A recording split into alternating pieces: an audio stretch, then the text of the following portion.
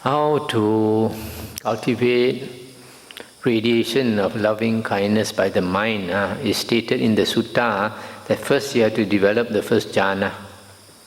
After you develop jhana, then your mind is strong. Then only you can radiate loving kindness. That is the way taught in the suttas. But a lot of people, they don't have the ability to attain jhana, so they just try to show their loving kindness to others. And you can do this in two ways. One is through your body language, the other is through your verbal language. So if you are kind to others, you practice loving kindness to others, you show it through your body action. When somebody come, you stand up or something, or you invite them to take a seat or something, and then you show it through your verbal language. You speak kind words to people, you don't shout at people, all this, so people can sense that you have loving kindness. So that is the initial part. But the higher, more advanced part is to be able to make your mind so strong that you can radiate it and other beings can know. How about the chanting of the Metta Sutta, will that help? I think that won't help so much. Because when you chant that one, firstly, you got to know what you're chanting. Because these spirits, these devas and ghosts, they can read your mind. So if you chant something that you don't understand, it's not much point. You have to know what you're chanting, then they read your mind, and they know what you are trying to say. So if some of them, when they listen to the chanting and they understand what you are saying, then they may react positively. But some of them, if they are too fierce, then words will not help. They may still attack you or something. I think there are a lot of meditation, teaching of meditation, metta meditation, where they say, you just say, may all beings be well, happy and peaceful and all that. Would that sort of thoughts, when you keep repeating it over and over again, would that help to cultivate the metta inside? It depends on the person. I guess if generally it does help. It does help if you repeat this, then you think about it, then you try to practice it more. It's just like you're reminding yourself. Then you show through your body language and your verbal language to others that you have metta.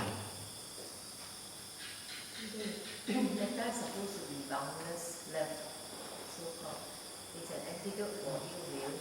So we cultivate metta, we overcome selfishness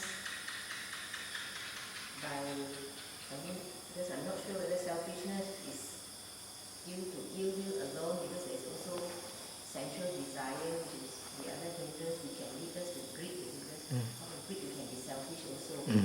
But non-ill will, not having ill will, can reduce the selfishness, but does it rid ourselves of selfishness totally? So long as we still have the self? No.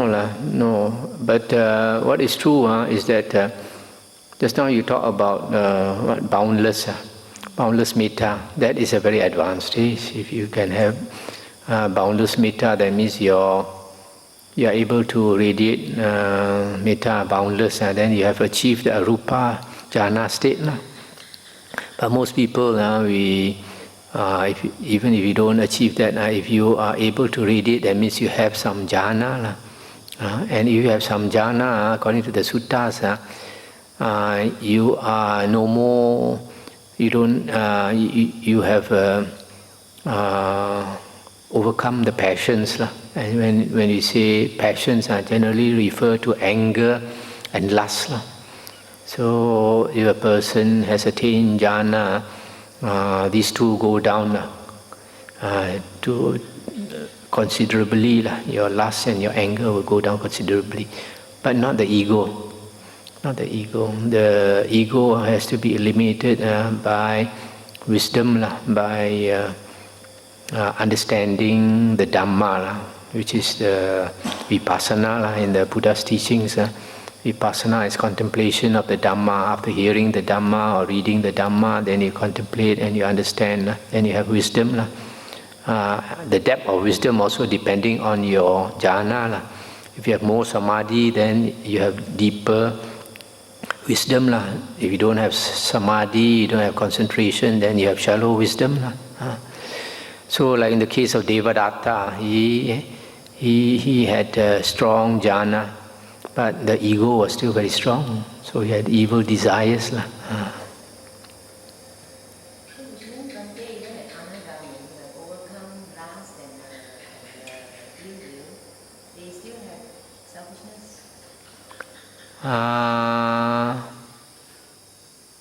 Anagamin has overcome lust.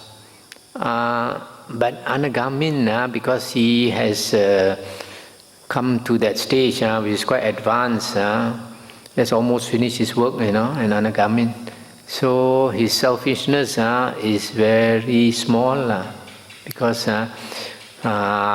he has only 5 higher fetters remaining, and that 5 higher fetters are attachment to the form realm, attachment to the formless existence, formless rebirth, and then ignorance, and then conceit and restlessness. So this conceit is that I, that I am, I exist. So it's not that strong selfishness, it's just a minute tinge of ego. Which means, Bhante, so long as we do not have this catch-22, isn't it? If we are ignorant of the fact, we are ignorant, we don't have wisdom to see our own defilement, as our own selfishness. And if we don't develop the wisdom to see it, that means we still be having that selfishness. Yes, that's why effort is important. As much as many of us are trying to do good, but we are quite blind to our own selfishness in many ways. In fact, there are some people who do charity, but they are very greedy for merit. So like they are very selective who they give their charity to. On the other hand, there are some people who are really generous. They help everybody that they can.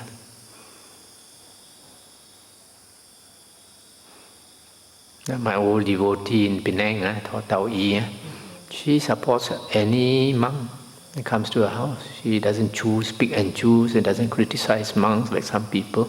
Some people, they're very selective who they give dana to, and they don't like a particular monk, they'll talk bad about the monk and all that. That is not a good practice. I wonder why the Buddha gives the Nikaya, he gives the same description, praising jhana and metta with a snap of a finger. He said that if a monk were to practice the jhana even for a snap of a finger's duration, he eats the alms with a purpose. So I was wondering why he equate the two, jhana and metta. Oh, because I think metta is, you can say, loving kindness is the root to a lot of wholesome actions. If you have metta, then you have charity, generosity in your heart. You want to help others. And also, if you have metta, loving kindness, you don't want to harm others. So you don't want to kill, you don't want to steal, you don't want to break up people's families by committing adultery, you don't want to lie and cheat people.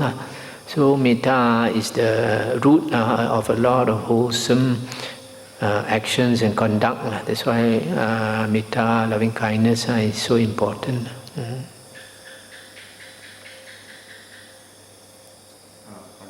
Maybe we can cultivate the metta and the loving kindness within ourselves. Yes. But to radiate the loving kindness out for other beings, you have to be in the jhana stage. Yes.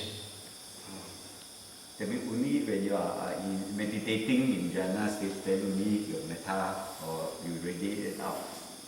If you have strong jhana, then you can radiate. It's not easy to radiate. It's almost like a kind of psychic power. Because if you are able to radiate out metta, then all beings around can feel your metta. Just like when I was young, I was in a Catholic school. They used to give me, the Christian brothers used to give me holy pictures. Sometimes you see this saint with birds on his shoulder and on his head, and the deer comes to him, and animals come to him because they can feel his love. So all beings want to come to you because they know you cannot harm them.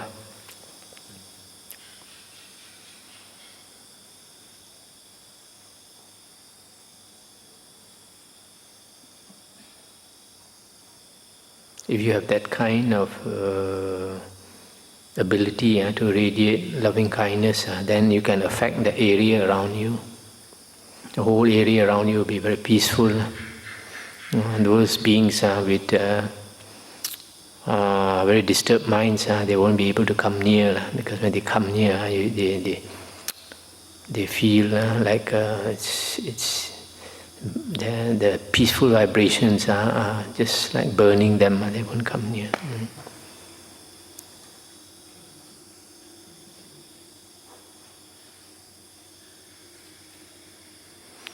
It is said in the Suttas that wherever an Arahant dwells, that place is very peaceful. So, not only Arahants, maybe you have Anagamins around, because their mind, they have attained the 4 jhanas. Then even Anagamins, the place will be peaceful. So you find a place which is you have a lot of violence, a lot of killing and all that. It shows there are no holy men around. This thought just arises in my mind that in Thailand, southern Thailand, there's so much of killing there. But there are a lot of Buddhist monks there. That means none of these monks have cultivated enough to radiate loving kindness. Maybe most of them are in the north.